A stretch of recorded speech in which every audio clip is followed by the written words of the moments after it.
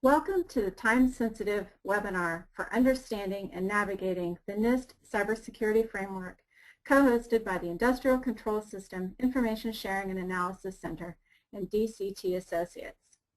My name is Debbie Wendell, and I will be moderating today's session. I serve as Community Director for the ICS-ISAC and oversee the Center's human-to-human information dissemination mechanisms. Today's briefing, What You Need to Know Now About the Cybersecurity Framework, will consist of 3 segments. During the first segment, Chris Blask, Chair of the ICS-ISAC, and Cynthia Broomfield, President of DCT Associates, will take a few minutes to lay out some background information and thoughts to frame the issue. During the second segment, Adam Sedgwick, Senior Information Technology Policy Advisor at NIST, will provide his perspective as Chief Organizer of the NIST framework process as he walks us through the framework and offers his insight into how agencies and the administration view the importance and impact of adopting the framework. He will then take some questions and answers because he needs to leave promptly at 1:45. The third segment features a panel of top experts from the critical infrastructure and technology supply sectors who will discuss the impact of the framework on their cybersecurity practices and procedures. There will be time for questions and answers at the end of their discussion as well. ICS-ISAC Chair Chris Blask will be facilitating today's event. So now, without any further delay, Chris, over to you and Cynthia for your background presentations. Thank you very much, Debbie. So Cynthia and I each have one slide before we get to Adam. So Cynthia, with that, I will turn it over to you. Okay, do I advance the slide? There we go. I don't have much to say. We've assembled the experts who do have a lot to say. What's the purpose of getting out the information on the cybersecurity framework? I'm Cynthia Broomfield. I'm an analyst, writer, consultant.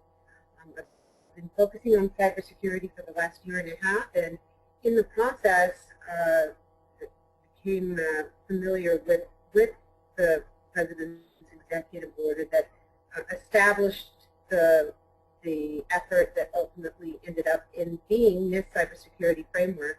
I attended all 5 of the workshops and interviewed dozens and ultimately maybe hundreds of participants along the way, most specifically for a series that I wrote for Chief Security Officer magazine, but for other purposes.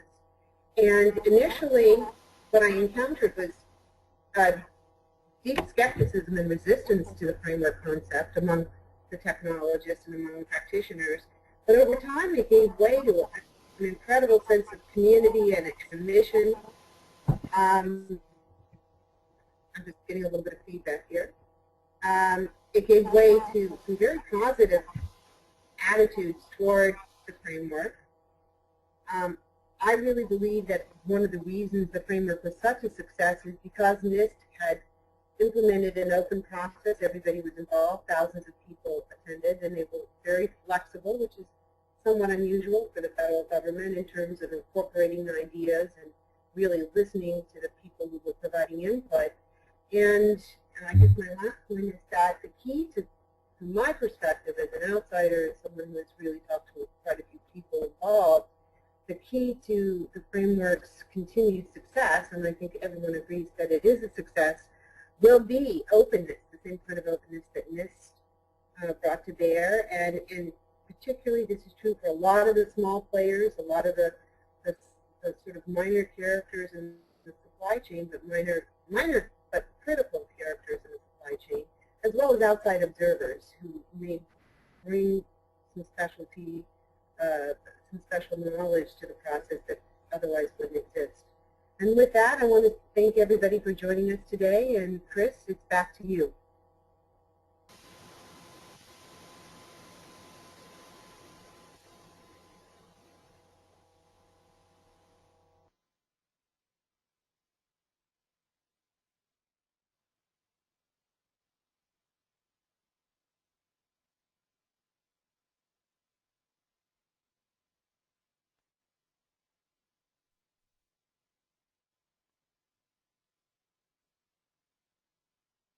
Chris, you're muted. Thank you very much. So thank you, Cynthia, for that. And I want to frame the framework conversation to start to start us talking about this.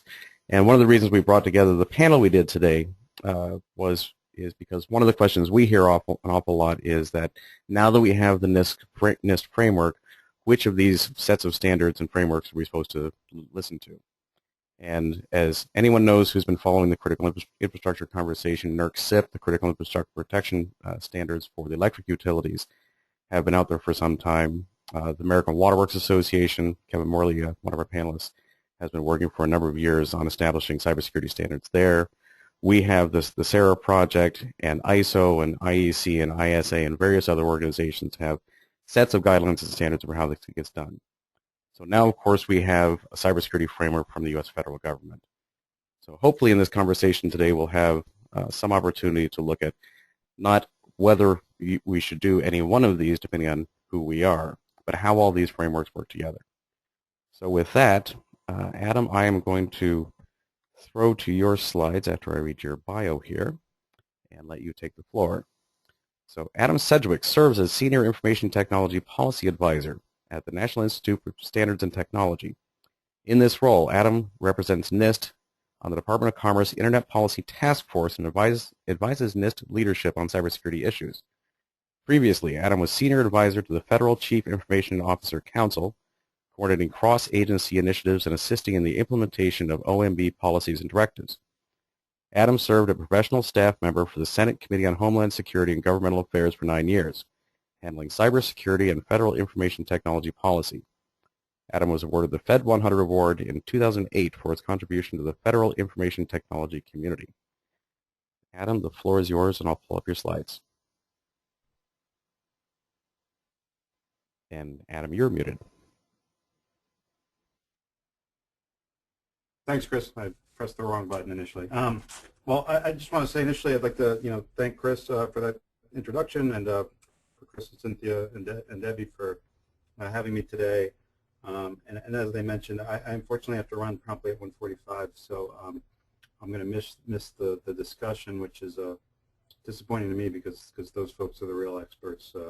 I was just the guy who was pulling together their thoughts and the thoughts of their colleagues in the framework process. But I think the way Chris framed it is absolutely right in terms of thinking about how these existing standards and these existing frameworks fit into the effort that we were attempting to do with the cybersecurity framework, which was by design building on those existing practices.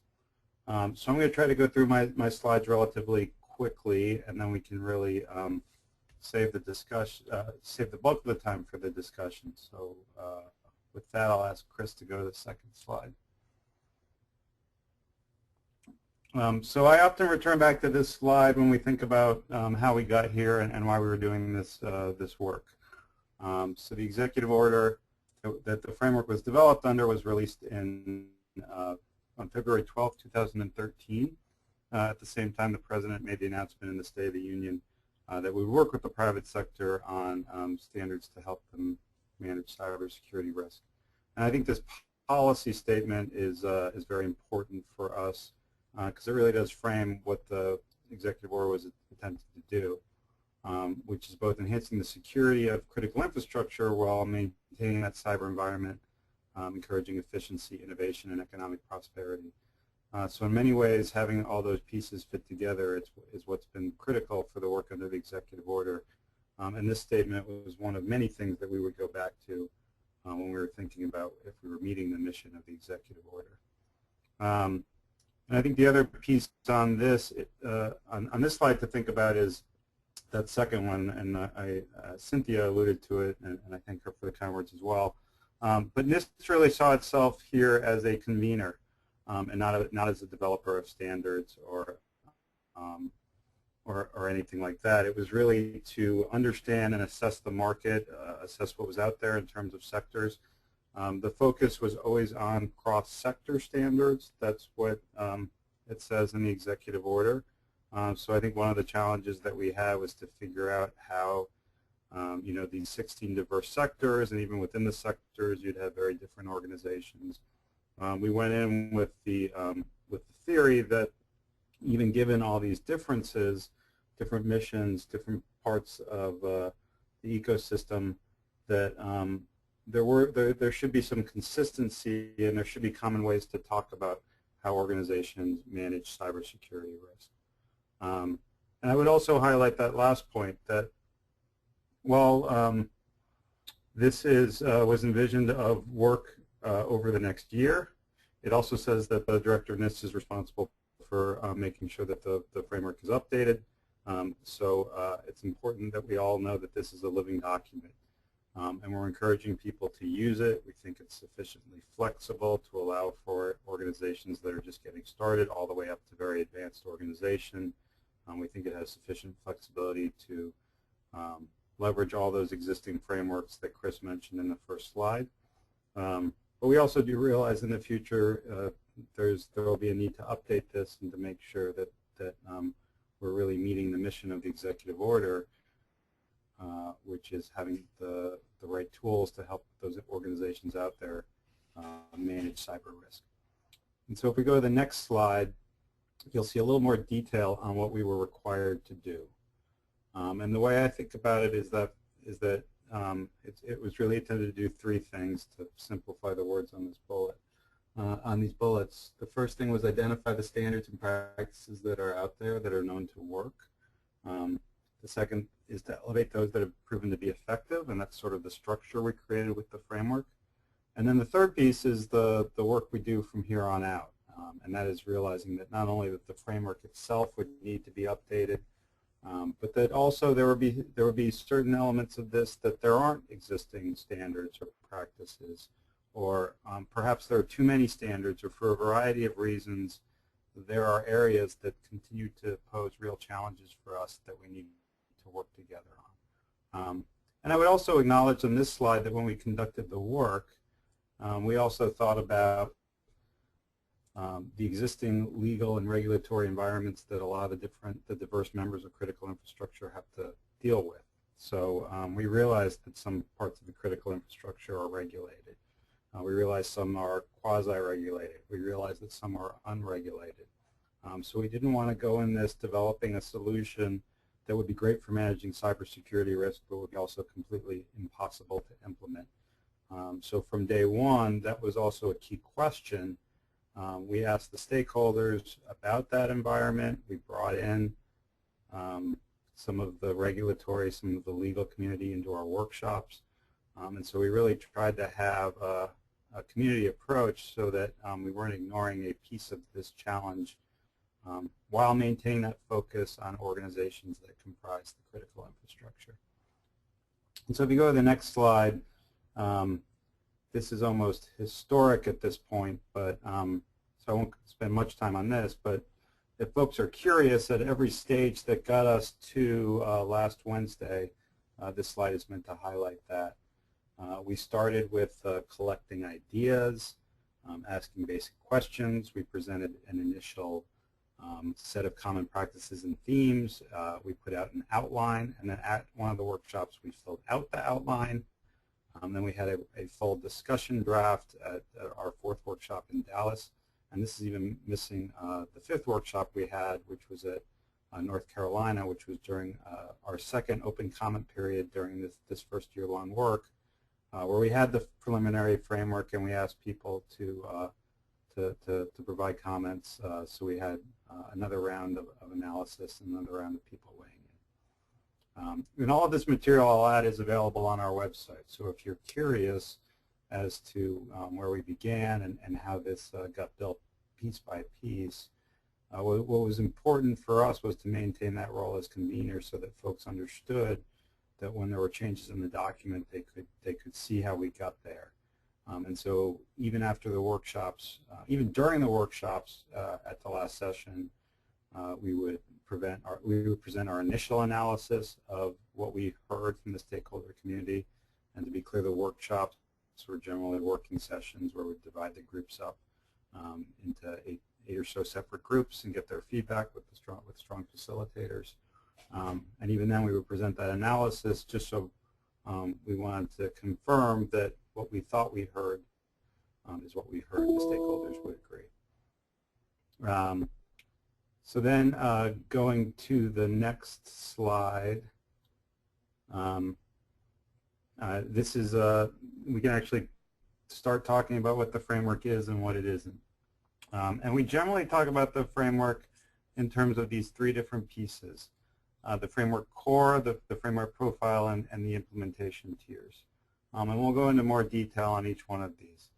But the framework core is sort of the bulk of the document, and that's where the standards and guidelines and practices actually live. So we pulled in, having this cross-sector approach, we were asking folks what were common security capabilities that were true across organizations, and then what were the standards that helped them meet them, where was the technology too.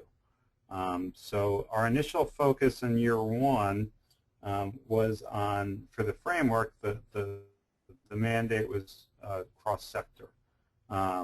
So we realized that there are differences in the sectors, but what we were trying to do is things that were sector agnostic. And so for that reason, we kept the core at such a level that we think that the NERC-CIP standards and the other specific sector standards that are out there, we're hoping that people can see them in the core. And we want this to be truly extensible so that the various sectors can now come together and see how those existing standards fit in, so that right now when they're considering how to be consistent with the core and with the framework, they can see it relatively easily. And one of the reasons why we think that that's a good approach is that it helps when people are communicating across sectors, and often, if not always, the sectors are not self-contained.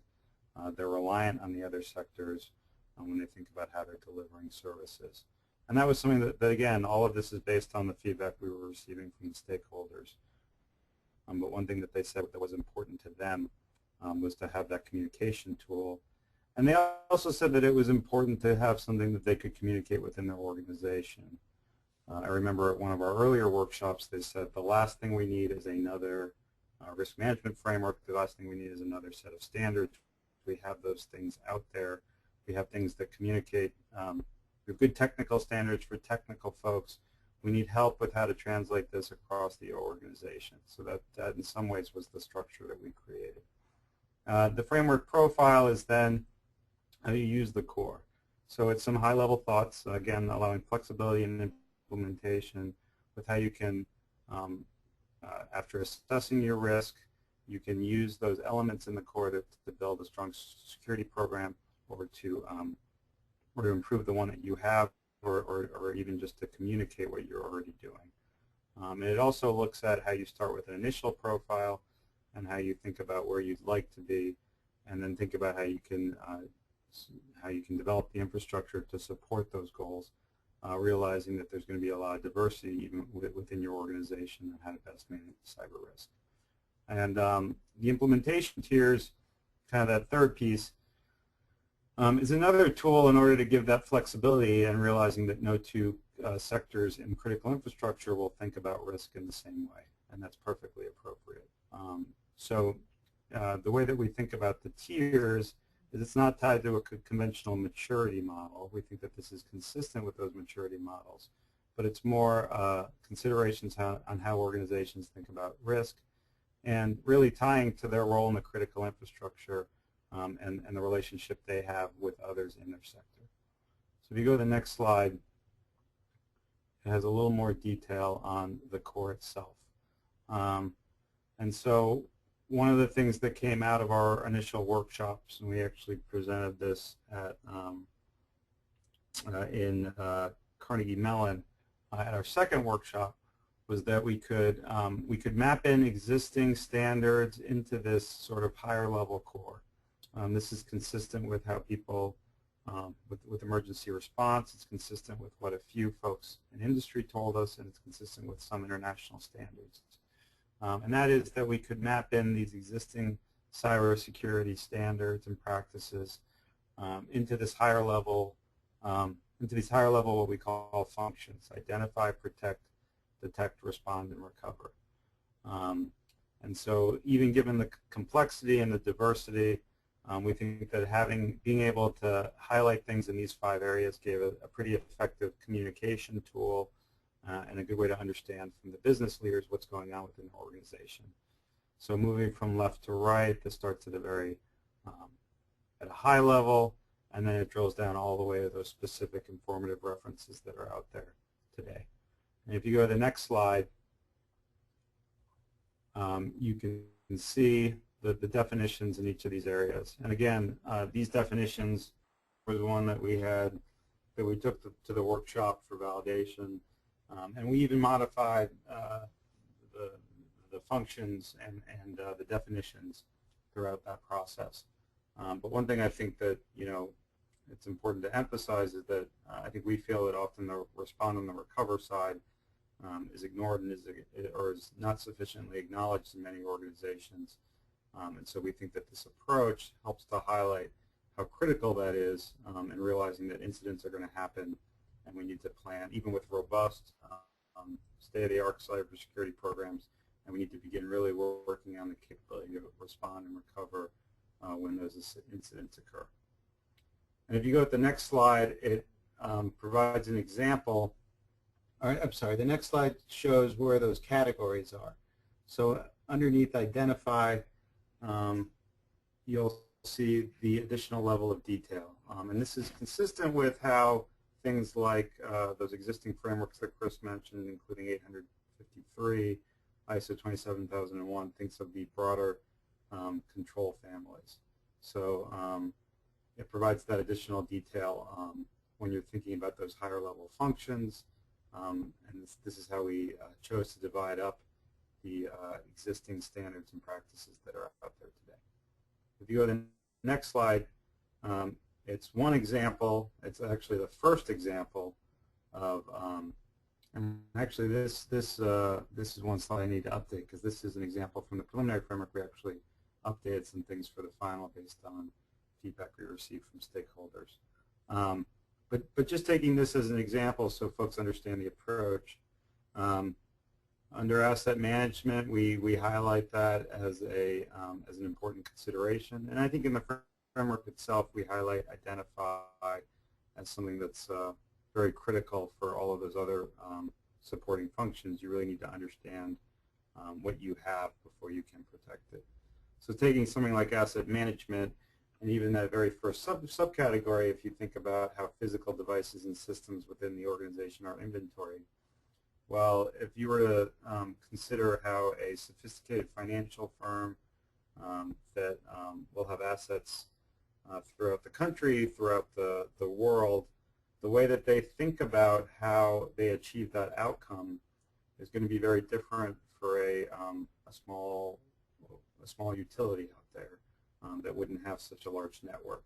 It's still important, but they will consider the technical means to get to that subcategory very differently. And so the informative references will mean different things to them. So that we think that having this approach where you're always focused on the outcomes gives the flexibility for organizations to meet them in different ways. And then in that area, and in all these areas, when we do work with the standards community, we do work with the technology community, we can work to develop better solutions for organizations to make it easier for them to meet those subcategories. But this section as well is not intended to be prescriptive. We state very clearly that this should be based on how organizations view their risk, and they should have the flexibility to think about these subcategories. It's not intended to be a checklist. We really think it needs to be tied to the larger business drivers in an organization. And if you go to the next slide, I provide just a little more detail on the tiers.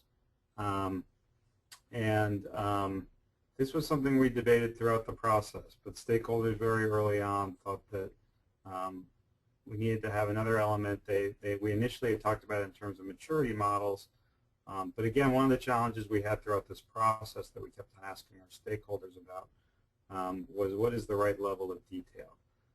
If it was too high up, it became very difficult for small and medium enterprises or just enterprises that are less sophisticated to implement. To the extent that we provide too much detail, you're losing the flexibility. But you're also running into conflict with existing things out there that have proven to work. So things like maturity models. So at the end of the day, we're working to show those maturity models like the EC2M2 and others can work with the framework. And what the tiers ended up becoming was really a description on how organizations manage risk, realizing that it's going to be very different. And the comparison that we see is really the safety culture, where you always have the goal to get down to 0 incidents, but you realize they're going to happen, but it's something you seek to grow within your organization. And there's a lot of work to suggest that that's a very important consideration. One of the things that I saw recently was a report by the World Economic Forum called Risk and Responsibility in a Hyperconnected World. And that was a report done by McKinsey looking at larger organizations, and they found even those organizations have a challenge developing sophisticated risk management programs, where you're really driving it into the decisions of businesses. So if you look at the tiers themselves and how we laid them out, these are just excerpts, but we divide them out into 3 different areas: integrated risk management, risk management process, integrated risk management program, and external participation. And so we really highlight that we think Tier 4 is for very advanced organizations, and all of this should be done in the context of what's cost effective and what makes sense. So we certainly don't expect all organizations to be Tier 4. This isn't a measure of being good or bad. It's more a measure of what the needs are for your organization. And we do expect that a lot of organizations will be at 2 or 3, and then some will be starting off at 1 and working to get to at least 2, so that the decisions they make are risk informed. And then if we go to the next slide, I just wanted to highlight, and I've said this throughout, and this is actually another slide that I need to update a little bit, because the steps that you see highlighted there, we evolved a little bit based on feedback we received. So that right now those steps are prioritize and scope, orient, create a current profile, conduct a risk assessment, create a target profile, and the rest are the same. And that change was to make it more consistent with those existing risk management frameworks that are out there. But I will say the overall point of this slide is to remind people that we expect that this, for many organizations, they're going to build off the existing programs that they have. And so this isn't intended to have people, to distract people, to have them move away from things that are working. But we think it does provide some guidance and some pointers for people that are getting started, and it will help other organizations improve. And then just for some organizations, it'll help them communicate what they're already doing. And another important piece in the how to use section, and I won't go into too much detail unless it comes up in Q&A, because it's all in the document, is we also in the final version included a section on privacy and civil liberties, a methodology to protect privacy and civil liberties. And we did this for a couple of reasons. One reason is we were directed to in the executive order. But I think more importantly than that, the stakeholders identified that as something that was important to them. And the particular context for this section is not broad considerations on how organizations can protect privacy and civil liberties, but really tying it to those particular considerations when you're building a cybersecurity program. And I can talk more about that if people are interested in the Q&A, but it's all in the document as well. And then if you go to the next slide, this is really the third piece of what I talked about initially that's in the executive order. The areas for improvement, the roadmap, the understanding that this needs to be a living document, and there's a lot more areas that we need to work on. So to highlight things, we published I think it was a 9 or 10-page document. It shows additional detail in some of these areas. There are a few more that are key work for us going forward. Then we'll also be working with DHS. As folks know, they're establishing a voluntary program that's lined up in the executive order as well. They work with the threat space. They work on the operational side. They've been doing this for a while. They have really great tools. They have things like ICS-ISAC. So they work in the voluntary program.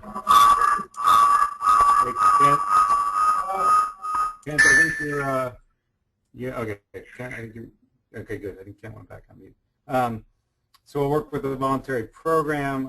We'll support some regional events around the country. Actually, the reason why I need to leave at 1:45 is because I'm flying to go out to Alabama and meet with their technology partnership and folks there to understand these efforts with, again, a group of folks with deep expertise in ICS. So that's the sort of things we're looking to do over the next year.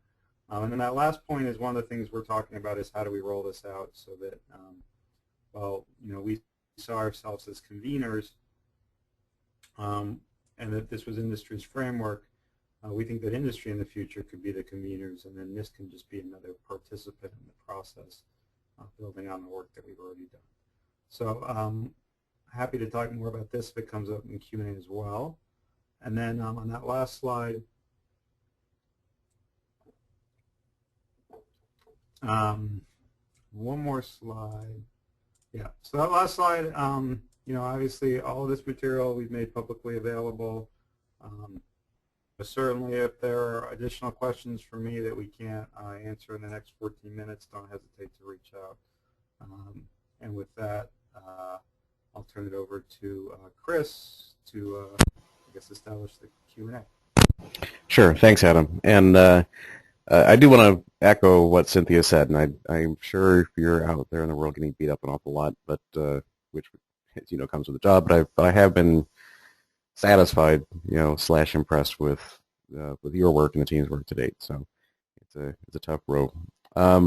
We've had a couple of questions on the slides. Now, you've mentioned that you have some updates to make to these. Are these on that same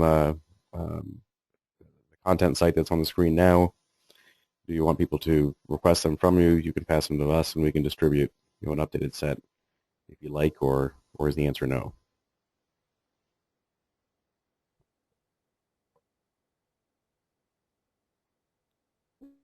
Sorry, Adam, can you hear me? Oh, you're on mute again. Oh, I'm sorry. I thought I clicked it. I heard.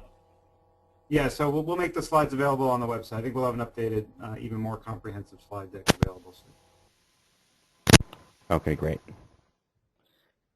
One of the questions from Jamie Foose at Emerson was regarding the mappings to NERC CIP. And just read the question, where are the references to NERC CIP regulations in the common framework mapping? So we had put out in I think it was in August, an example of how NERC CIP could be mapped to it. I think that was looking at version 4 and not 5. So that's something that, you know, we will work with NERC with, but we don't have something like that just yet. But we do think that the framework would allow such a mapping to occur. That might be a good question for the next panel. Indeed. And while we have Adam here for about 10 more minutes, if anybody else has any questions, you can type them into the question box. You can click that little hand raise feature in the gadget, the GoToMeeting gadget. And the panelists as well, if you want to put any questions to Adam while we have them, I'm sure that would be interesting. In the meantime, Adam, I was wondering if you could just speak to... Hi. Hi, this is Cynthia. Can you hear me? Yep. Adam, 2 questions, and we're waiting for some of the folks to raise their hand. The first is, in terms of the next steps, what very immediately will the next steps be on the part of NIST? And then the second question is, yesterday I watched an event where Pat Gallagher was talking about the governance issue, which was one of the points on your slide, and he referenced the SGIP and as a possible model, the kind of maybe independent nonprofit organization that would take over the framework. If you were to go down that route, and the question is, are you going to go down that route or pursue further investigation of that? But if you did that, how would it work, and what have you learned from the SGIP process that will be helpful? So to recap, what are the specific next steps that you're going to be doing? And secondly, what about this model that was raised yesterday? Sure. So I think in terms of the specific next steps, well, I got this flight to Alabama. Those are my literal. Um, I think if you look at the roadmap document, there's about 9 different areas. So the way that we are going to approach those are going to be very different because they're none of those 2 topics are the same. So you know, something that I know you're very interested in on the privacy side, to take that as an example, you know, we're going to have a workshop on privacy topics on April 9th and 10th in Gaithersburg. So that's kind of an initial means to make progress in that area. And that will be tied to the needs of the framework, but it'll also look much broader than that. And then, you know, we'll work with DHS and the voluntary program. And we are looking at these regional workshops. I think one of the things we need to do is we're working on kind of getting all those in one place so people can understand them. And so when we have these regional events, we have a good network to share them, and so that people can come. But we're also going to be working with the Chamber of Commerce and sort of a range of different organizations to help get the message out, I think, is the immediate next steps. Because I think our initial focus is to say, you know, we spent a year developing this. We expected quite a bit from our partners in industry. We're, you know, extremely grateful that they took the time to come to these sessions. But we want to give people the chance to breathe a little bit, to take a look at the document, to do things like understanding how things like NERC-CIP fit in, to figure out what the challenges and what the barriers are for adoption are. We will continue to support that in any way that we can. And then I think we expect that in the 6-month time frame, we'll do another workshop where we'll sort of bring everyone back in together and say, okay, it's been out there for 6 months. How are people using it? How are the standards bodies supporting it? How are the technology providers supporting it? And have that really robust conversation. And that leads me into your next question about the governance. I think that's also, when we start those conversations in the 6-month time frame, we'll also start asking about what the stakeholders think about in terms of that future governance. I think SGIP, you know, I'm not the expert. It's actually Vicki Piliteri who works with me. But I think we like that model because it's similar in that it began with the government and it transitioned out to the private sector. And this still contributes and still plays a role, but it's truly private sector led. You know, there are some similarities there, but there are also, this is certainly very unique in that there are a lot more. I'm sorry? Oh, go ahead. I think that was a background. Okay. There are obviously some similarities there in terms of that was a broad framework of standards. This is a framework of standards. But there's also a lot of differences there in terms of that was one sector or a few sectors and one regulator. Here we're dealing with a number of different regulators, and we're dealing with a number of different sectors. So, you know, whatever we do, it's going to be based on the conversations that we hear at our workshops, and those conversations. What I think we'll do is present a variety of different models and have some conversations to determine what stakeholders feel comfortable with. And so you can see a number of different ways that this could happen, where different pieces go to different parts. But whatever we do, we'll be very clear about what's happening. We'll have a lot of public discussion before any decisions are made. Okay, I've got a couple of questions from the attendees that I want to throw out there. From Bradley Singletary of Booz Allen Hamilton, speaking to the, again, to mappings to the NEI 0809, the nuclear sector. Are mappings provided for each standard, ICS-ISAC, NEI, and to its subparts?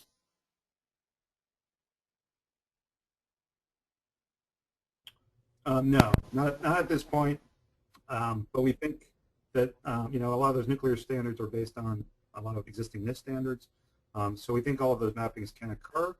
And we'll work with the sector-specific agencies and the sector coordinating councils and the other organizations to think about how those mappings could work. But initially, the mappings are just to those those 5 standards. We also presented out as an example over the summer how some electricity subsector standards could also fit in, and that's something we want to work on moving forward with DHS and others. All right, thanks. And question from Ernie Hayden. I've heard some people say the framework is really performance-based rather than compliance-based, and asking for your thoughts on that. I'd agree with that. I mean, so that's one of the challenges that we've had at this later stage, because people want a lot of clarity in terms of how do I adopt, how do I use, how do I comply. And from our perspective, we heard very early on that they would prefer this to be risk-based and performance-based. So I think that's right. I think that's going to be some of the challenge that we have going forward. And another piece that relates to that is thinking about the conformity assessment pieces of this. So if we have strong standards, how do we leverage the mechanisms that are out there to show how organizations are meeting those standards? And that's something we highlight in the roadmap, but it's also something that we've discussed throughout the course of the last year, and I think there'll be a lot more to come on that. And a question from Greg Stein. Table 2 is intended to be an illustration, correct? It is not a checklist like PCI DSS. If that is correct, what is the best way for companies to identify what to include for categories and subcategories?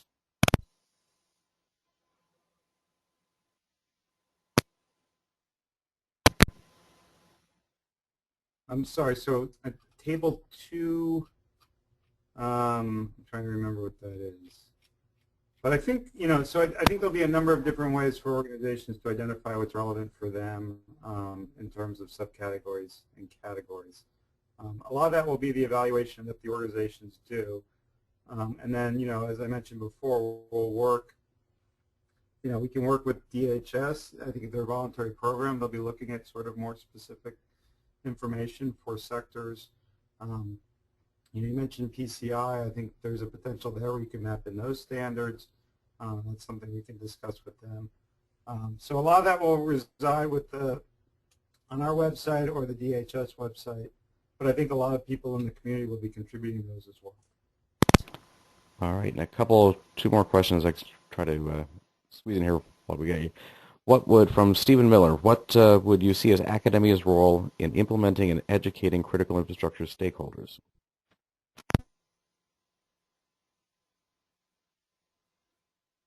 I'm sorry, I think I missed the word there. What's the academia, the universities and education system, their role in educating critical infrastructure stakeholders? Got it. Yeah, thanks. So I think they play a critical role in a couple of different ways. I mean, one thing I would say is one of the things that we didn't know we would be doing going in, but was actually a great thing that occurred throughout this process is we were able to leverage the university system and the strong research universities that we have throughout this country in developing the framework. They became our hosts for 4 out of these 5 sessions, and the 5th one was here at the Commerce Building. So I think that was very helpful, having them in the room, having the students there, having some of the professors there in our working sessions. So I think their thoughts on how to grow this is very important. And then I think on the other end, we highlight workforce as a need. And that was something the stakeholders told us. I think particularly for the people on this call, workforce needs seem to be acute for people in the industrial control system space. So I think that's a clear way that academia can work with us and others that care about workforce issues to contribute. And then I think I've always viewed them as key stakeholders throughout this process, and certainly even beyond the workshops, I've often gone and spoken to a lot of universities about what we're doing here and how they can contribute. And strongly echo the workforce development issue is enormous. So Stephen, feel free to ping any of us on those issues. We need academia to step up. 2 more questions we'll try to get in here. Just let us know when you have to leave. That from Barry Hansen at Idaho National Labs. Was it your intent to provide a generalized view of the informative references to normalize the informative references and provide a common comparison view?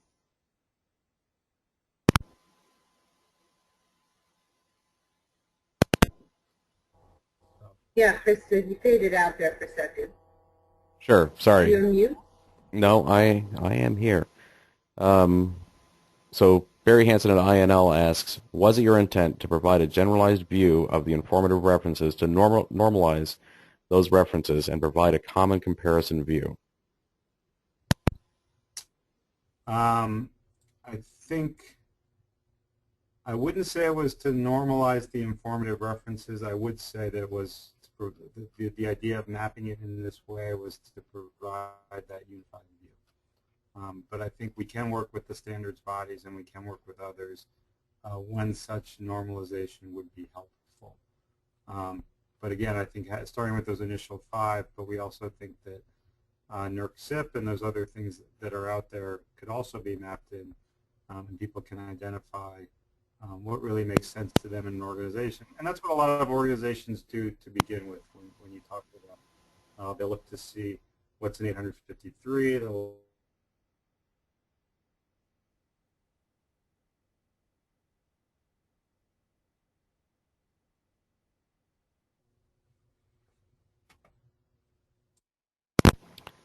So one last question from Evan Sills at Good Harbor. How do you see the framework being used as a tool by companies and third parties to assess the cybersecurity capabilities of their business partners, members, vendors, etc.? I think that's a really interesting question, and I think we're starting to see that already a little bit, for example, in the insurance market, and even in terms of some of the service providers that are out there. Some companies have made announcements about how they can provide those services so that they can help companies assess where they are and develop those profiles and think where they're going to be.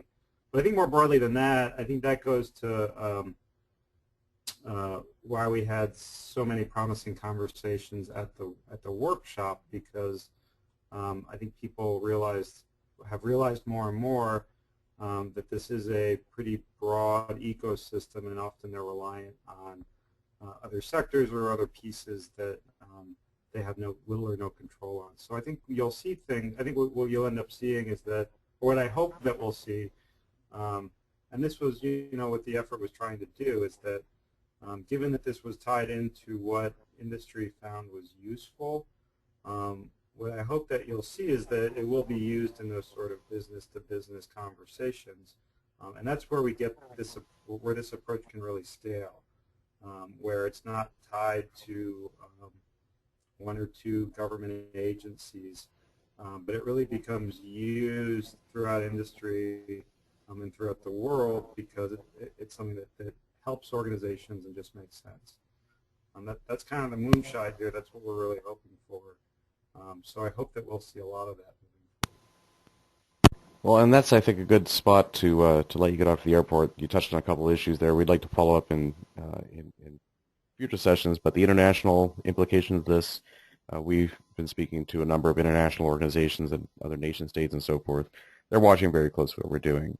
And lastly, to the issue of insurance, we've seen these statements come out now that the NIST framework is out there. And for better or worse, what anybody has to comment about public or private or this particular effort, it certainly marks a quantum in the long evolution of these issues. When the U.S. federal government takes a stance and pays attention, the conversation broadens dramatically. So I think net it'll be a positive impact all around, and Adam, you're doing a great job. Thanks, Chris. I really appreciate it, and all the folks that took the time and effort to work with us. We realize there's a lot more work to do. We realize that people will have concerns and will have ways to improve the document. So we really look forward to working with you guys and all the folks on the call moving forward, and appreciate the time today. And I look forward to. I guess the session is being recorded, so I look forward to watching the session maybe when I land in Alabama tonight. So thank you very much. Appreciate it. All right, thanks, Adam. So I believe we are going to Kevin next. And Debbie, if I'm not mistaken, you have a bio to read for our Mr. Morley here, and then Kevin, you can have the stage to talk. Initially, we're going to, for all the attendees, we're going to go around the table with each of the panelists and have them present a couple of minutes of thoughts, and then we'll have conversation after that. So Debbie, the floor is yours. As Security and Preparedness Program Manager for the American Waterworks Association, or AWWA, Kevin Morley is responsible for collaborating with various regulatory agencies to ensure that the perspectives of AWWA's membership, as well as the water sector in general, are considered in the policy decision-making process. In addition, he is responsible for enhancing water sector security and preparedness capabilities by supporting the development of AWWA standards and initiatives, including the Water Wastewater Agency Response Network that can be found at nationalwarn.org.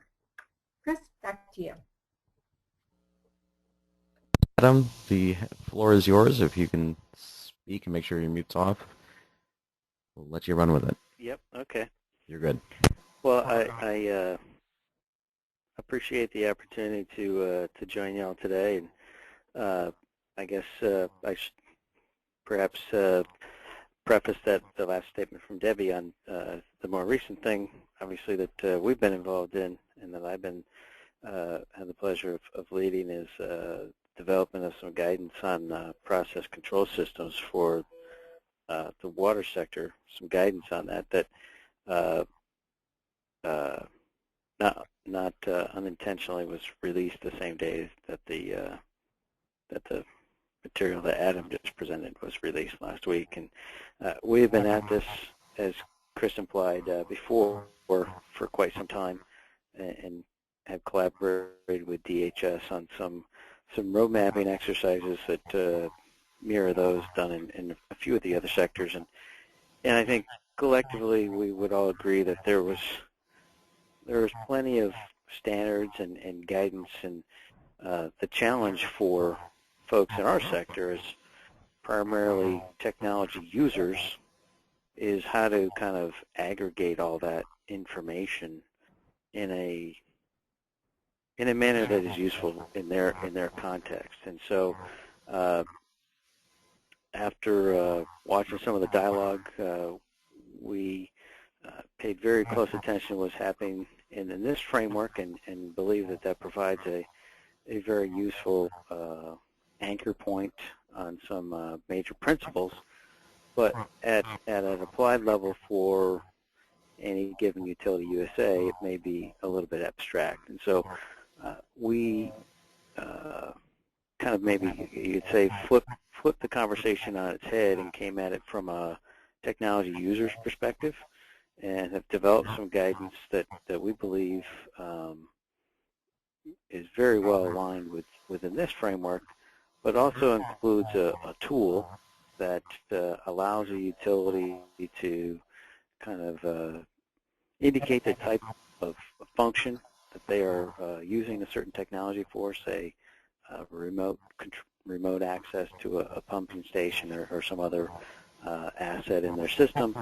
And then as a result of that use case, which is kind of the way they look at the issue, we provide a prioritized set of standards and practices, which then kind of walks you back into, some of the tables that Adam was talking about, just organized in a little bit different way.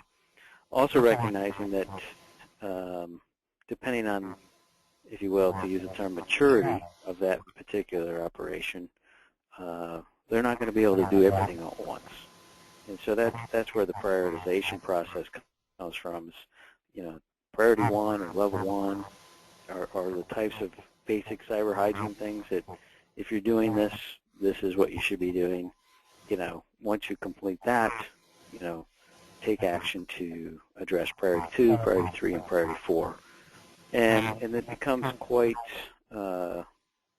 agnostic towards the size of the utility, because really their technology use is going to scale based on the complexity of their operation. So it becomes a very useful approach for small, medium, large systems, considering that just on the drinking water side alone, there's over 56,000 community water systems. So that run the gamut from a small mom-and-pop, trailer park that serve 25, 30 people to, Chicago, New York City. So, we had a similar problem that NIST did in trying to communicate to a very broad audience, even though they're all water sector-based folks. So that's the genesis of what we've done, Chris, and I think the work that was been done by NIST, as I said, provides a very useful anchor point and provided a good reference for us. And we're hopeful that what we've generated provides a sector-specific approach for how folks in our sector can, I guess, indicate that they're taking action against these national level priorities that are outlined in the executive order 13636 and this framework, all in the context of a voluntary program. And we look forward to exploring further with DHS how the resources that we provided may fit into the I believe it's called the C-cubed framework and policy, but it seems like the details of that are being worked out. But we're monitoring that and are in communications with agency staff on how that will move forward. Yeah, and thanks, Kevin, and that I think speaks to a number of the questions that came up and some of the other ones we didn't get a chance to put in front of Adam at the moment. We'll circle those into the conversation later. But this, in 12 months, is sort of comforting or amazing that the federal government managed to get as far as they did, and there's a lot of work left to be done. So, Debbie, if you would like to take us to Laura's intro, and then Laura will make sure we can hear you and then give you the floor so you can say your first bit. Laura Brown has been the primary coordinator for all of the EO activity at the North American Electric Reliability Corporation, or NERC, where she is their Critical Infrastructure Protection Policy and Coordination Manager. For nearly a year, she has been holding weekly status calls with the industry to provide them updates on all of the EO activities, including development of the NIST framework. She is very familiar with the framework, has attended workshops during its development, and is fully versed in the electricity subsector cybersecurity capability maturity model, as well as the NERC SIP standards. Laura also works directly with the Electricity Sector Information Sharing and Analysis Center, supporting the NERC Critical Infrastructure Department mission and activities. Chris, back to you. Thank you, Debbie. So, Laura, if you can start speaking, I'll let you know if we're having audio problems, and otherwise the floor is all yours. Okay, thank you. Thank you, Debbie and Chris. Can you hear me okay? You're great. Perfect. Well, as Debbie mentioned, my name is Laura Brown, and I focus on cybersecurity policy issues at NERC. And like many of you on the phone, I'm sure you've been focused on the executive order and PPD activities over the past year. I don't want to go into too much detail about NERC, but given the mention of the SIP standards, I do want to provide just a little bit of background for those of you who are not familiar with the organization. Our mission is to ensure the reliability of the North American Bulk Power System, the BPS, and we are the ERO, the Electric Reliability Organization, certified by FERC, the Federal Energy Regulatory Commission, to develop and enforce reliability standards for the BPS. Our standards are mandatory and enforceable within the U.S., and as we've heard a couple times, we have SIP standards. We've been developing SIP standards for several years now through an industry standards development process, and we're looking to implement version 5 in the coming years. So regarding the framework, given our existing standards, the electricity subsector has had strong participation in the NIST workshops and the general development of the framework. Typically, we've had a dozen or so industry members providing their expertise based on their experiences with the SIP standards, but also recognizing that the framework would be cutting across all 16 sectors, and also recognizing that it's a voluntary program based on our mandatory standards. The final version of the framework is consistent with many of our SIP standards. For example, our standards include risk management of the BPS as an essential part of applying the standards. There's a graded scale of high, medium, and low to assess the system based on risk to the BPS, which, as we heard from some of the other presentations, that's consistent with the risk management guidance in the framework. So in addition to the standards, and as it relates to the framework, industry, with the leadership of the Department of Energy, also developed the C2M2, which I believe Adam mentioned briefly in his comments. The C2M2, the spelled out version, is the electricity subsector cybersecurity capability and maturity model. Also, just for brief purposes, D2M2, it has considerable overlap with the framework, which is great for the subsector. There were some questions about implementation, and as far as implementation goes, we're going to be working closely with the SSA, which is Energy, to develop our strategy for the subsector. DOE has indicated the intent to use the C2M2 as our implementation tool for the framework.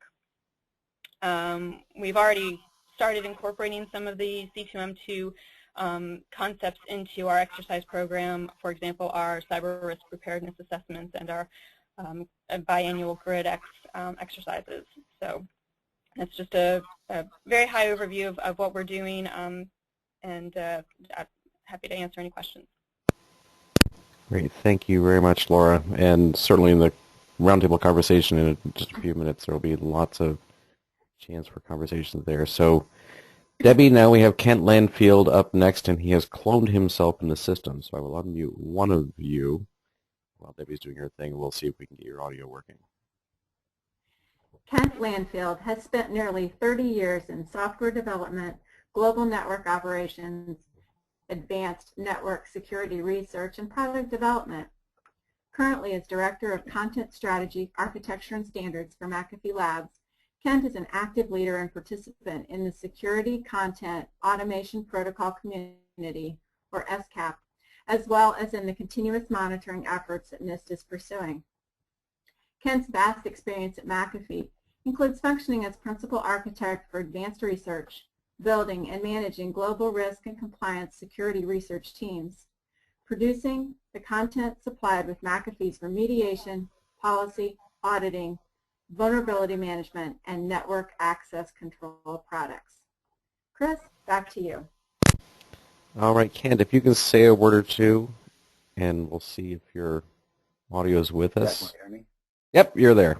The floor is yours. Can you hear me? Okay, good. Okay, so I'm sort of taking a little different tact than previous speakers, since I'm not a policy kind of person, but I'm wanting to really talk about the fact that we have the framework as it was developed. I was one of the five-timers who attended all of the efforts, contributed in writing documentation internally, as well as responding to RFIs and the comments for the preliminary draft. But the real issue from my perspective is we have this, where do we go from here? Next, oh, there's this, I'm thinking I have slides. If you want slides, I can make you a presenter, and they'll show up slowly. Oh, that's okay. No problem. I can send them out later. So, you know, as an organization, can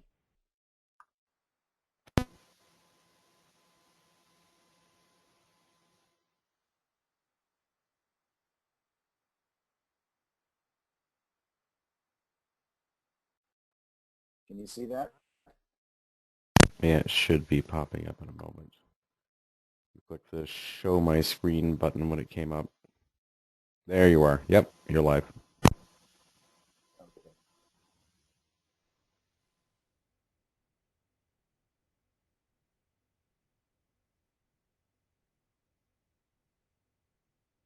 As an organization to start using it. As was noted in the last workshop, adoption is sort of a bad term, and it's really not about adopting. It's about using and incorporating into what it is that we're doing from a risk management perspective today. A lot of the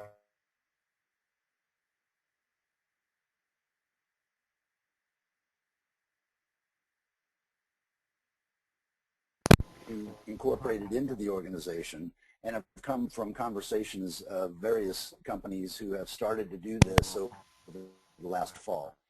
Quite a few companies were looking at the framework internally, how does it map up, what they can do with it, and in some cases actually got some lessons learned. And the intent here is to try to assist with some of those lessons learned. And Kent, sorry, but I think you're showing one side of your screen. If you slide, I think if you slide your presentation to the right, we're seeing your, that's better, yes. Thank you.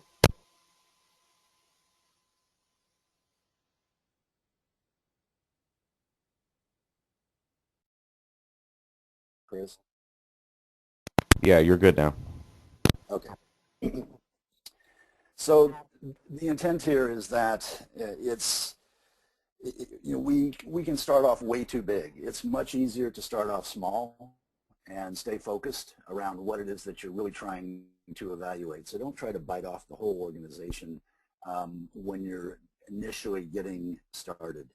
You need some experience with this, as in with any new process, and the framework itself describes a process for us to follow. The process has to be sort of tailored to each and every organization so that it fits with the risk management policies and procedures that you already have in place, and it has to be something that's sustainable. So the intent here is not to jump in and try to take on a multi-billion-dollar organization and evaluate the whole thing. Start small, find an area of the organization, a business unit, a critical service, something that you want to take an initial look at, and then begin from there. The more experience you get, the better we're going to be able to do. So assemble an appropriate set of subject matter experts across the areas that you're evaluating so that they have the background information needed to answer some of the questions you're going to be asked about. And make sure that management is actively involved in the effort. It's not something you want to do with a bunch of techies off to the side. You want to have management, you want to have those folks that are responsible for some of these assets as well, so that they can understand the process and contribute to it effectively. In almost every case, you're going to have to educate the participants about what the framework is and what the process is that you expect to follow. This will make it easier for you to get through the process when everyone's on the same page. And then make sure you have some means for tracking the results of the team's output, whether it's a spreadsheet, whether it's some other form. You need to have something that really is, and it may be a combination of tools, because you may end up having to do some documentation, which is described a bit later. So one of the most important things is to really have conversations first. I heard that from multiple people, that some jumped in to the framework and just started trying to figure out what it was, and had a lot more trouble than those who sat down, really studied what they were trying to achieve, and then from those studies, from those discussions, developed a process for moving forward. So have those conversations first.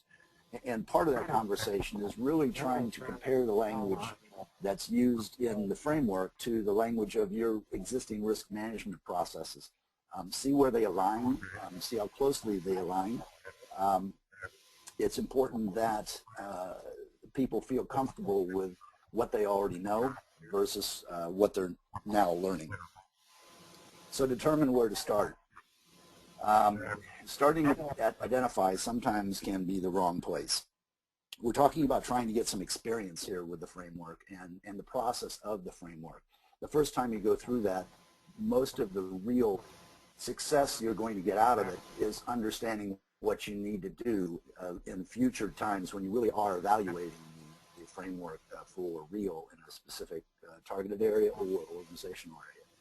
So it's easier to start in an area where the assembled SMEs really do have the knowledge about a certain area. So maybe you start with a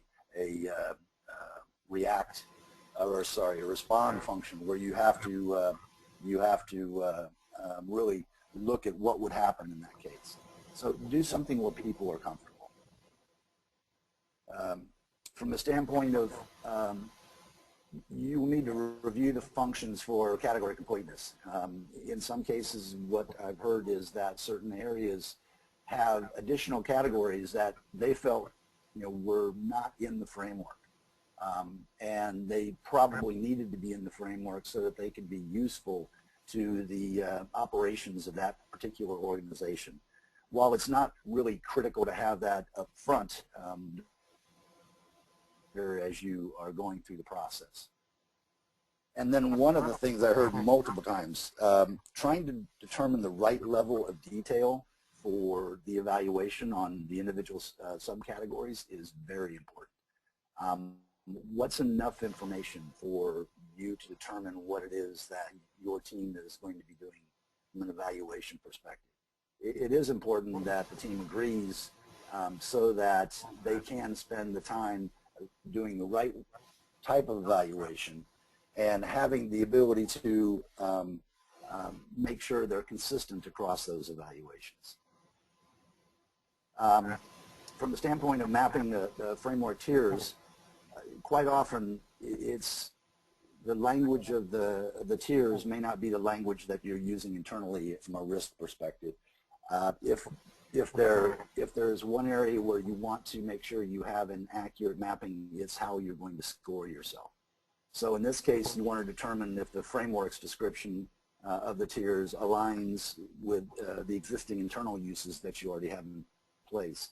And if not, you need to be able to create a map so that there's a traceability to those types of scores, so to speak. It is critical for scoring each of the individual subcategories.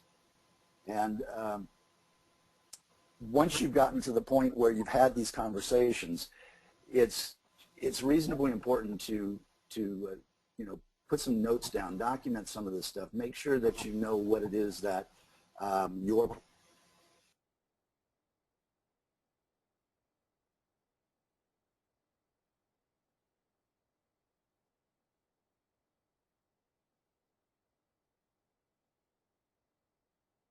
the decisions that you've made as a team so that the evaluation is done effectively and consistently. And in beginning the evaluation, you need to create a current profile. In some cases, you may want to start with the target profile first, but in either case, that's an internal decision. But going down the path as outlaid in the framework itself, create a current profile using the decisions that you made earlier as part of your evaluation. Since this is a getting started process, and what I'm really describing here is something that you want to do initially to get started, get some experience, you'll learn as you go through this process. You don't necessarily need to do all of the things that may be required later on, such as identifying policy and other related internal documents needed to validate the decisions that you made at certain aspects while you're looking at each of the subcategories. This is something where one organization I talked with said they divided it up between the SMEs and had certain SMEs focusing on certain subcategories doing evaluation because they really were subject matter experts in those areas. That worked well for them. And then, of course, after the fact, there was a review. Everyone came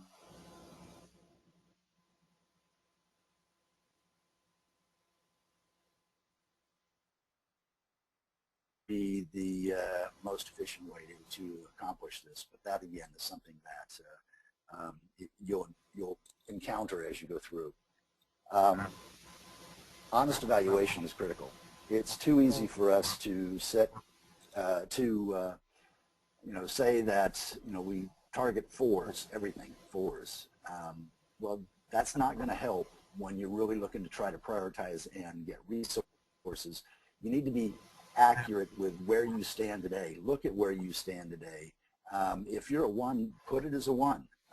This is a tool to be used. If you're not using the tool correctly, you minimize the value of it, and as such, it's important to be honest.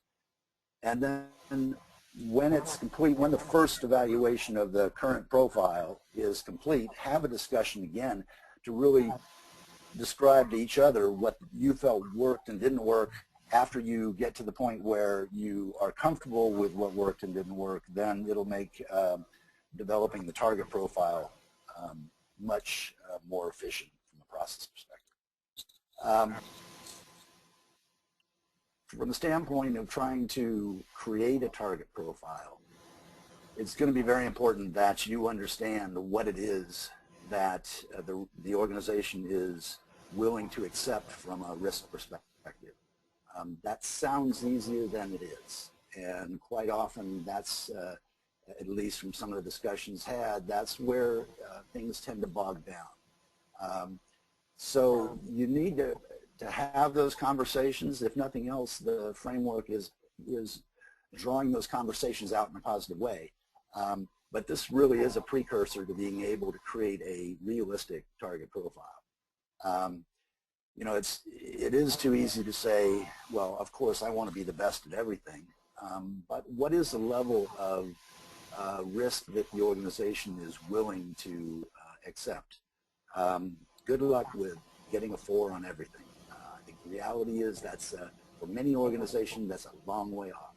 So use the framework itself, and again, with the target, what do you need to be comfortable from accepting risk? Where is that level, that balance that the organization can deal with?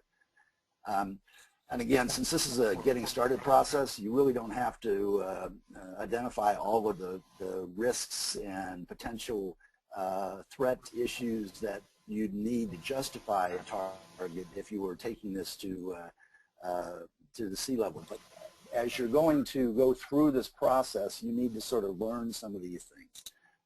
What it is that you're going to actually need to convince them that resources need to be reprioritized, redirected, increased. So, you know, once you've done the target profile, it's important for the team to sit down and have a discussion about why you achieved what you did achieve in creating that profile. And it needs to be, it needs to have enough justification that the team feels it was accurate. And then the normal comparison as described in the framework of comparing the two profiles together to give you that kind of, you know, identification of where the gaps are. The gaps then need to be documented, and you need to understand how you can create, from a process perspective, how you can create a plan for success, and having an improvement plan is really critical to making the framework useful. So in this case, having just creating the two profiles and knowing the gap, that's great. But you need to then take that and evaluate that against what is it that I have to do internally to get from this level tier to that level tier, or what areas do I really need to focus on. If used appropriately, it will show a lot of information that you may have assumed was there in the past, but now it's clear on the paper, so to speak. Finally, you've gone through both of these profile creations. You've gotten to the point where you're looking at the profile itself. You're looking at the results itself. You want to look at what the process was you just went through. This is a process that your organization is going to have to really understand if you're going to appropriately use the framework and integrate it into your risk-based decision-making processes. There's tools that may be needed, such as a heat map to sort of highlight those organizational priorities, highlight the gaps that may have to be addressed, and then you need to really decide how to proceed.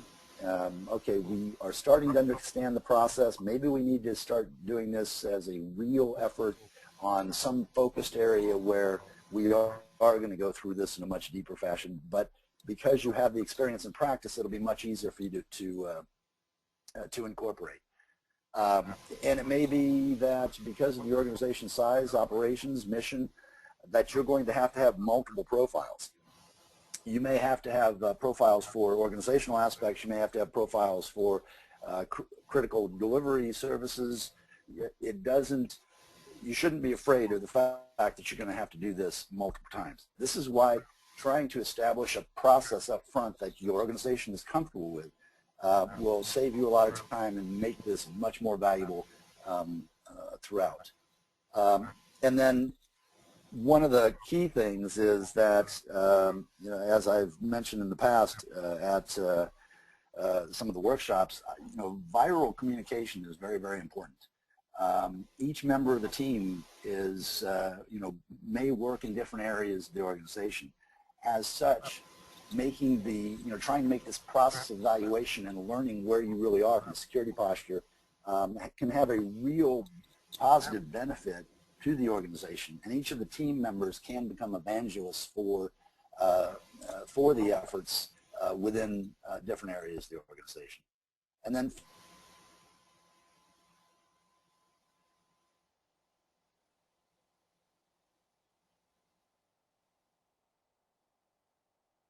worth it. It will improve things. I have no doubt. It also will allow you to look at your security processes and practices and create a real improvement roadmap that is much easier to get resource funding for those things that you may need, whether it be staffing, technology, changes in automation, those types of things. There are going to be additional cybersecurity framework enhancements. That's already been stated. Adam stated that earlier, and I encourage everyone to participate. Incentives are great, but this stands on its own. Monitor the development incentives. It may be valuable to you, but the framework itself really does stand on its own.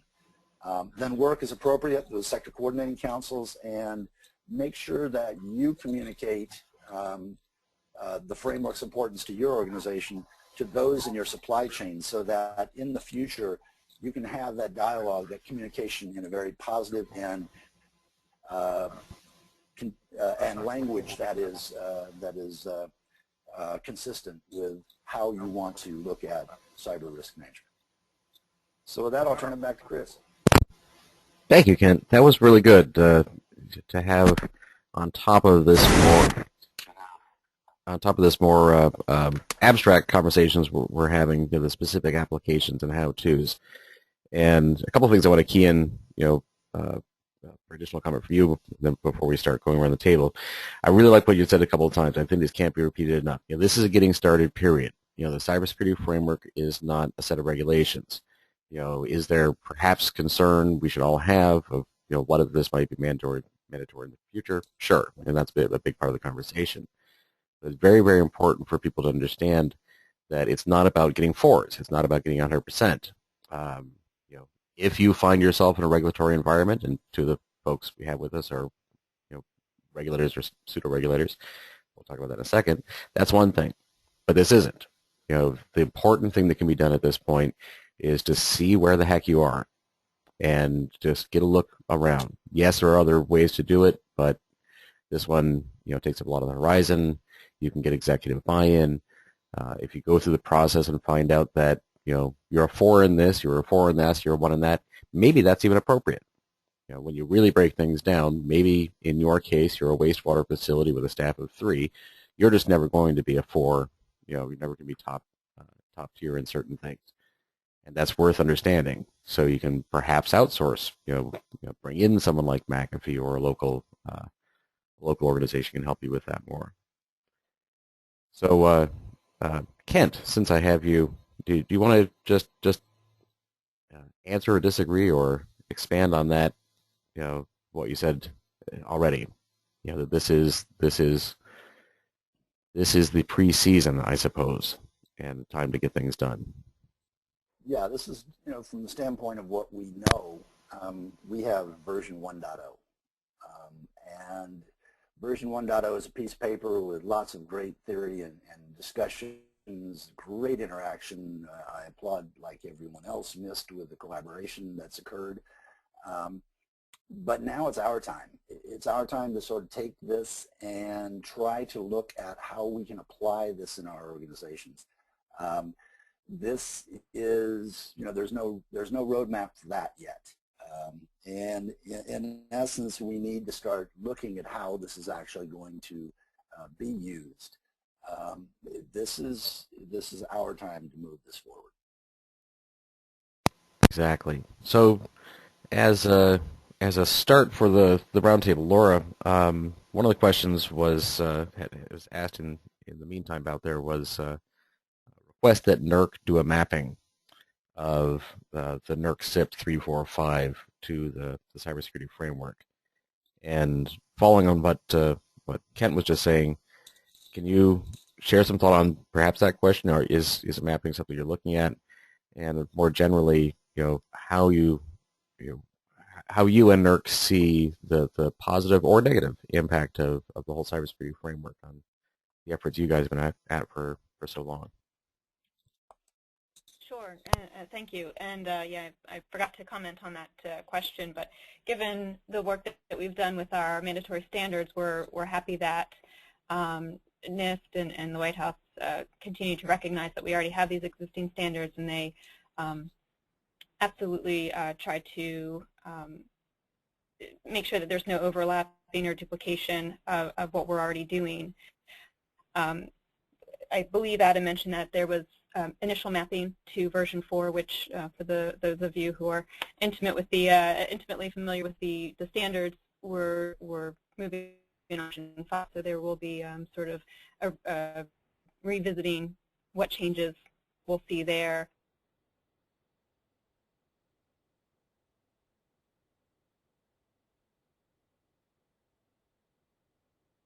Version 5 looks like compared to the framework. As I mentioned in my presentation, the C2M2 will really be, I think, a key player in implementing some of the framework concepts. Seeing that the framework was just released last week, we still have a lot of conversations to have, and we've started those already. Great. So Kevin, as the other regulator in the room with 130 years experience at this sort of stuff, it never gets old, does it? No. So I haven't been at it that long, of course. Well, you sound that way sometimes. Yeah, that's just stress. Yeah. The questions of mappings. Are you hearing this in the water sector, and just generally as well? In as much as you're willing to say it, since you're in reach of the folks at NIST, being a DC person, do you as the American Water Works Association, as the water industry, see this whole NIST effort and the framework as a positive or negative, and if so, how? Well,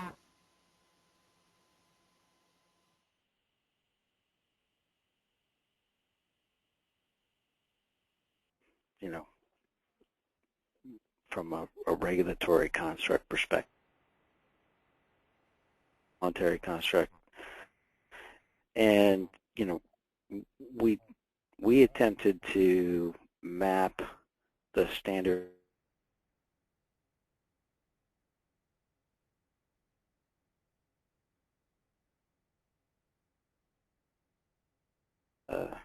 kind of focused on the standards that seem to be most commonly used by utilities relative to the technologies that they apply.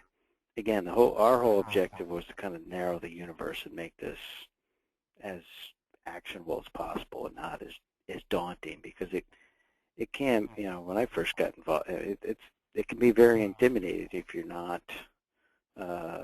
somebody like yourself that's eats and breathes this all the time. And so I think the NIST framework provides a good starting point for that.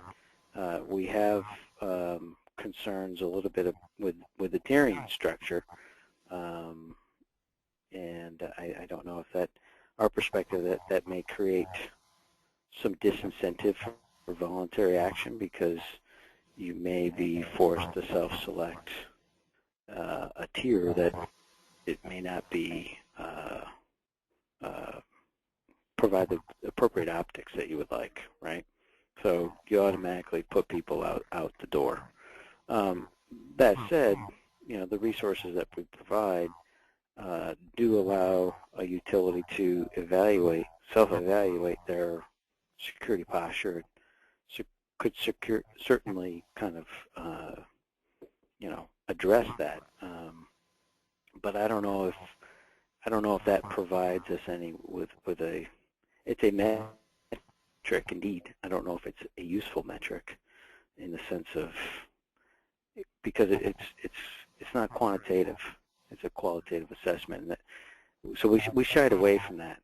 Certainly we talked about it when we developed our guidance, but the complexities of how do you compare the quality, if you will, of a small system with a simple set of parameters, as I was talking, with the complexities of a larger utility, and how do you graduate that? It becomes a very difficult task, and our whole objective, again, is to elevate awareness, provide a resource to move the ball forward, and empower the utility to take ownership of the risk. And that's the first step that I think we've been trying to take, is to empower the utility to really get their arms around this issue and not make it, automatically jump into some ABC F grading type system that, if you're automatically going to jump in and get an F, the incentive to take the test is dramatically reduced, if that makes sense. Oh, yes. Well, and and I'll answer my own question on this one as well. There are the obvious concerns that are discussed an awful lot. That I have the same ones, and as everybody here, and I know a lot of the attendees out there that are listening live to this have been involved in this process as well. We know we've said this to folks like Adam and the people at NIST, but there's the fear of compliance, even if it isn't compliance, versus security. Mm-hmm. And interested in your thoughts, Laura, on this as well. As NERC, this is again one of these elephant in the room things where, for all the best efforts of making a standard, in this case mandatory for certain electric utilities, it's funny how things work. When in NERC SIP, for example, we all know all the war stories of, gosh, that's not really a critical asset. So it's how you hold your head when you're looking at something. You manage to, to Kevin's point, make it a 4, make it actually work when, in fact, security wasn't the actual result. So we'll see that, and with the and the other concern, is a couple of the other concerns is the confusion factor. If for us, we're talking cross sector with sort of everybody and working on our own components of this broader spectrum. And situational awareness, is our mantra, is what Sarah is all about. And understandably, it's not really encapsulated in the NIST framework, because situational awareness hasn't really been captured very well in the standards that are being referenced. PCI is a classic example. Heartland Payment Systems, we all know, lost 600 million credit cards in the financial sector. As far as anyone can tell, 5 seconds after passing a PCI audit, because PCI didn't specify that you need to maintain awareness, that everything you just did is still in place between one audit and the next. So, Laura, what are your thoughts on the security versus compliance risks of the framework now that everybody's focusing on this? Well, I think, and I do appreciate those concerns, not being from a compliance perspective here. I can only offer that, I think that the framework, and again, from our perspective, the C2M2 offers some flexibility there, where organizations can recognize the gaps in their security. The standards are a baseline. Our standards, obviously, I've mentioned many times, are mandatory, so it offers that baseline set of security, and then just using however we decide to implement the framework, if it's through other means or through the C2M2, we'll be able to, hopefully organizations will be able to build on both the standards and that the security piece of it to identify those gaps and recognize how to close those gaps. So it's certainly going to be an ongoing conversation with DOE how we can sort out the compliance piece versus the security piece. Sure. And you know, so I know from my quarter century of doing this sort of stuff in various sectors in the IT and control systems and so forth, that we have a lot of realized failure scenarios, you know, to look at. You know, however, you know, I remain personally fairly optimistic about all this because through all that we've nonetheless, you know, experienced a ratcheting effect. You know, that, you know, while individual artifacts of whether it's regulation or technology or market behavior and so forth that have come along that whole path, maybe good or maybe bad, on the whole we've gone forward. And, you know, from an internet perspective, the internet is functioning today without a lot of the mechanisms that 20, 25 years ago were known to be absolutely necessary. You know, identity on the net is still sort of awful, but online banking actually works. And, you know, everything, you know, go on record as I have before and say, I think, you know, you guys at NERC and American Water Works Association and NIST as well are, you know, we're all doing good work. And I'm not just, you know, shining an apple. It's an imperfect world. I love the reference to American Water Works Association because let's be clear, this is OK Corral days, 1881, and people are dying of typhus in Manhattan, you know, like flies. And, you know, are there challenges? Are there struggles? Was everything done perfectly? You know, yes, no. But, you know, we've come an awful long way. Now, Kent, as someone like myself who's been in the private sector doing this stuff, if I'm not mistaken, sort of forever, you want to share some thoughts on that? You know, is this all a positive ratcheting effect? You know, in any specificity or generality you feel? I do think that this is absolutely a positive for the issues we're trying to address from the standpoint of making people aware of what we need to do from a cybersecurity perspective as a nation, as critical infrastructure components. This has also, at least from what I understand, had some positive effects on folks on the Hill who may be doing, you know, looking at other areas that would augment and complement this, such as information sharing, liability protection, those types of things. So overall, I think it has a lot more positives than concerns. The reality is if we hadn't done anything, where would we be a year later? This was a very effective effort of getting a lot of people from different parts of the country. I have to applaud NIST for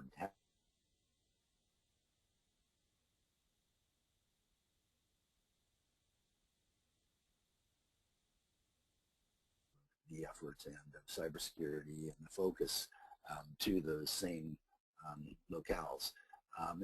I think it has a lot of positives, but we still have to work out a lot of things.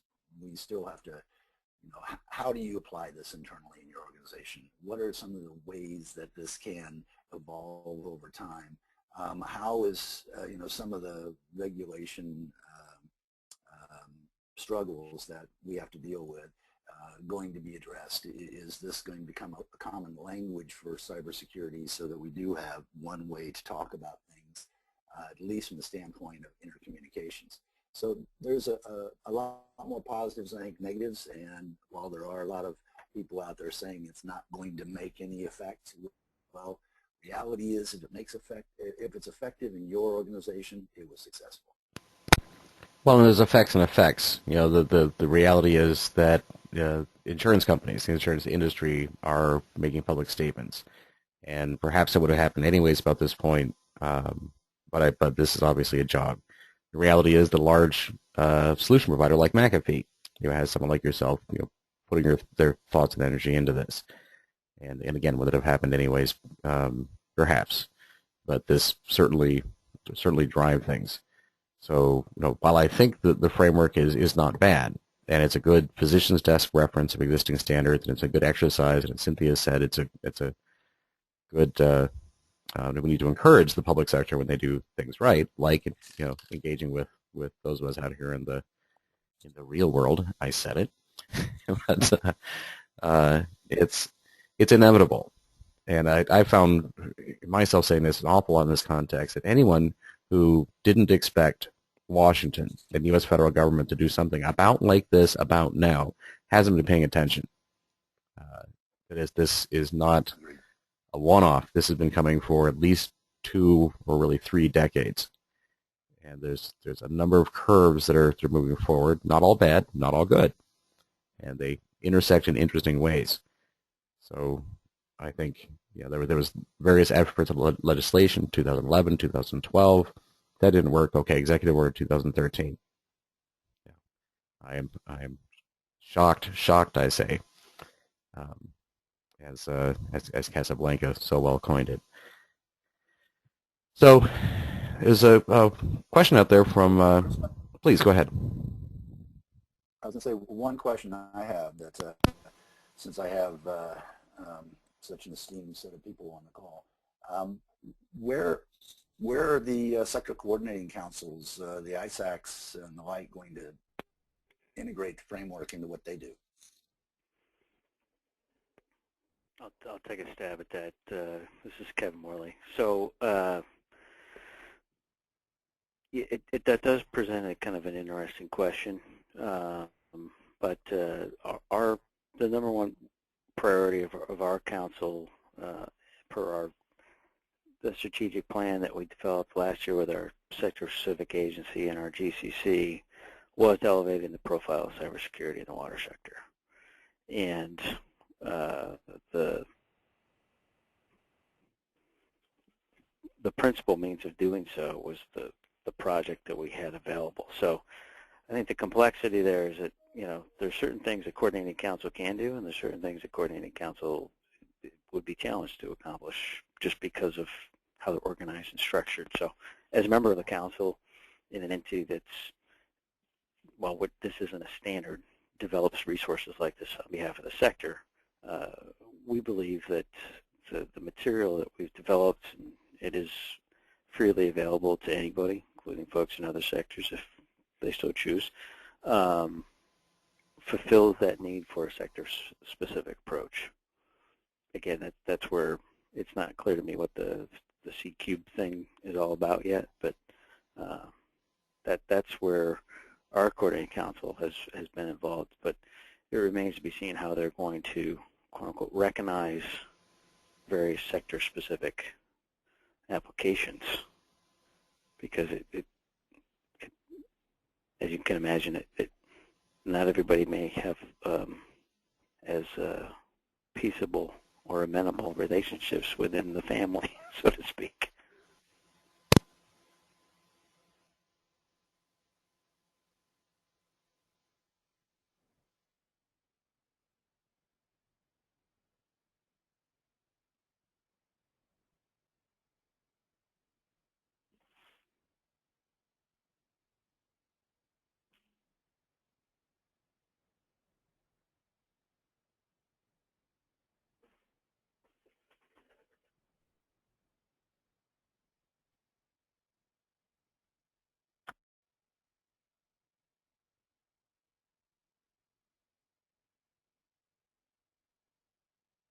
Chris, are you there?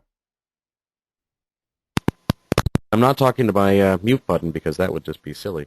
So I'll speak to this from the ICS-ISAC purpose. We're constantly looking to communicate our information and the information of our membership, and to ingest the information that we see from all of the entities that are part of this whole matrix.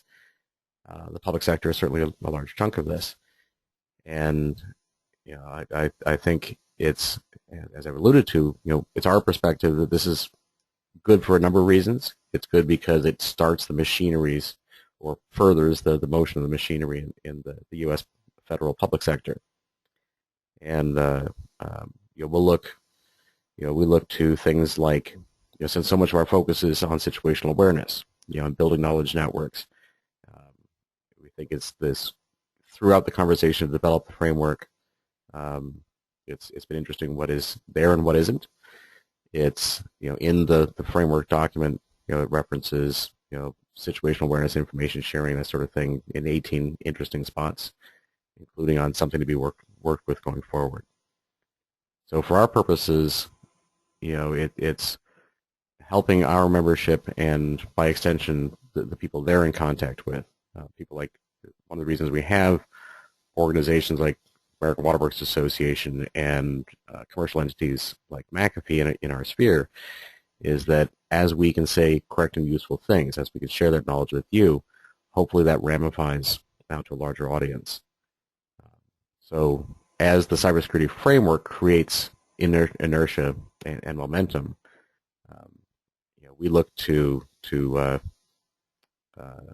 jujitsu that for our own mission, to help us move entities in directions that we think are positive by showing them that the issues that we're concerned with are align with their interests and their concerns in trying to adopt the framework.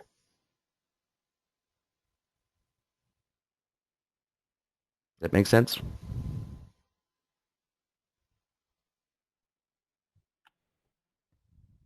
Yeah, it sure does. And Chris, this is Laura. Just from an ISAC perspective, I mentioned during my comments that we, prior to the framework, prior to C2M2, NERC through the ICS-ISAC has been conducting CRPA's cyber risk preparedness assessments, which are, as it sounds, a risk preparedness effort to look at how your cyber readiness.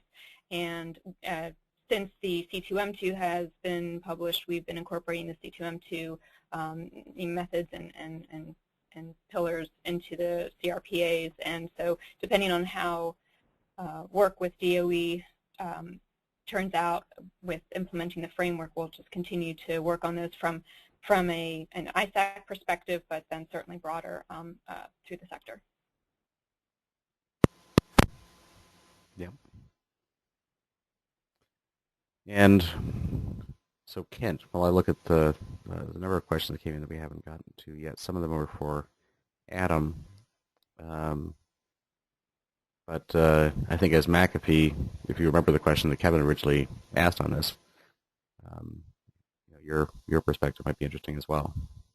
And if not, Kevin, if you want to ask this. Yeah, please do.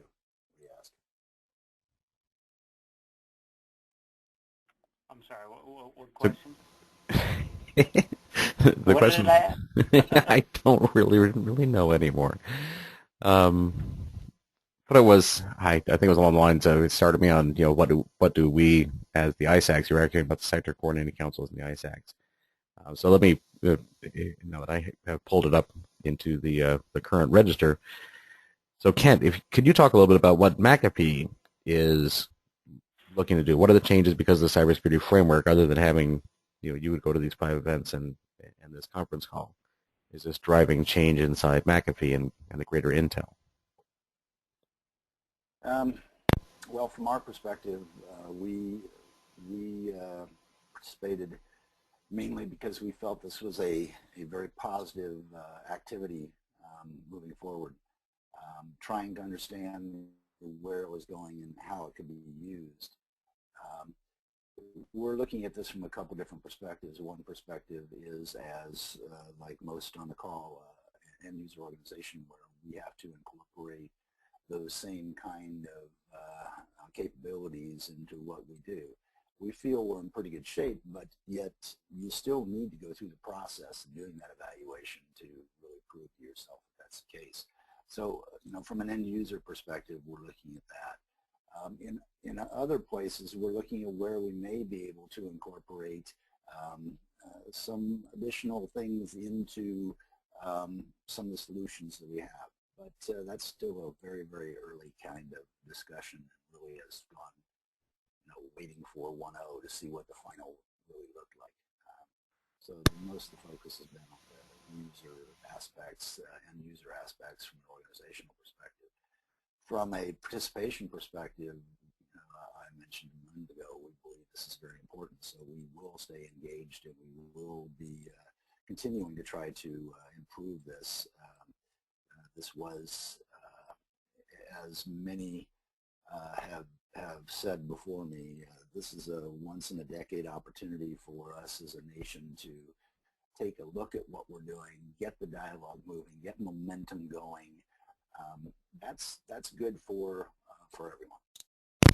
Yeah, and I'll say it for you because I know as a commercial entity, it's be careful how you say this, but all of us want you to make money doing this, and not just you, but your competitors as well. And this is one of the key parts of the conversation. I've been happy to see it as discussed in the NIST framework conversation, but unless and until people can get paid, to do these assessments and to build solutions and put the features in, to products and services, the asset owners themselves won't have the options, won't have the abilities. So one of my hopes in all of this is that, by the accumulation of all these various artifacts from this particular framework to, some of the corollary actions, the insurance company making noises that, perhaps as an asset owner you might really want to pay attention and do the right things, that we end up creating opportunities for entities large and small, in the services and the products vendors, to put the manpower to providing the services, implementing them, and developing the products that we need. This is a huge, huge problem that isn't nearly discussed enough. It's one of the things, since our membership tends to be vendors and integrators and commercial entities, it's something that we talk about an awful lot. So Cynthia, we're getting into we're into the last 10 minutes of all this. Cynthia had a question for the panel. If you want to put that out there, Cynthia, feel free to do so. Yeah. Yeah, I mean, this is sort of more high-level question, and I may be aiming this at the wrong group, but I'll ask anyway. When I first started following the framework, talked to people about it, started writing about it, the feedback that I got was that it was negative. It was, why are they doing this? They're reinventing the wheel. We have the C2M2. We have all kinds of standards in place. They're making this more complicated. People won't be able to follow it. We don't need to worry about big companies. It's the small guys that are the real risk to security. And they're not going to understand this. This is overly complicated. And as time went on, I think the sheer momentum of the good vibes that were created in the workshop, created by NIST, kind of quieted down that criticism. But once again, I'm starting to hear it even after the framework has come out, which is that this is fine and dandy, but the people who really know their stuff about cybersecurity don't need it, and the people who need it won't understand this because it's too complicated. I'd love to hear the reaction of each of you on that kind of supposition. This is great, but it's too complicated for those who need it. I'll start if you don't mind. This is Ken. Sure. Go ahead. Sure. Actually, first off, I agree. We heard a lot of that negative discussions before the final came out. We started to see that diminish over time, but it still really hasn't gone away. And a lot of it is because people haven't taken the time to really understand what the framework is. It's a tool. It's a tool that organizations can use. It's a tool that we as a set of industries can apply. But it's also potentially a language. The fact that it's a tool can be very, very useful to small organizations because right now they're more strapped resource-wise, money-wise than most. And as such, they need to make sure that any investments that they put into cybersecurity and trying to improve cybersecurity, that they're doing that in a effective way as opposed to throwing money in an area that's not going to be beneficial to them. So by walking through the process of the tool, you're in a situation where you, as a small business, you can actually better identify where those areas are that you have total gaps or where those areas are that you may want to consider using your precious resources and investing those. So, I see this as a very effective tool for the small and medium businesses. Larger businesses, it's just a validation the risk management processes are in place, they're useful, they're doing the right thing, and they put an active process in place for improving their security practices and environments. But from the standpoint of the small businesses specifically, I see this as a way to get a very cheap education on where they need to be applying their resources and investing in technologies, peoples, and procedures. I think that's a good perspective, and I'll throw my 2 cents in real quickly. We quite often refer to the framework as the physician's desk reference. You kind of have to be a physician to understand it, and if you are, you probably all know all those things.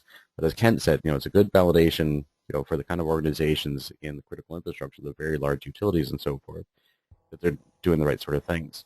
And it's a great reference for the people who can work with, the medium to small to very small organizations. I put up just on the screen just the high-level SARA thing. So again, because we're developing our reference architecture, our frame. Please.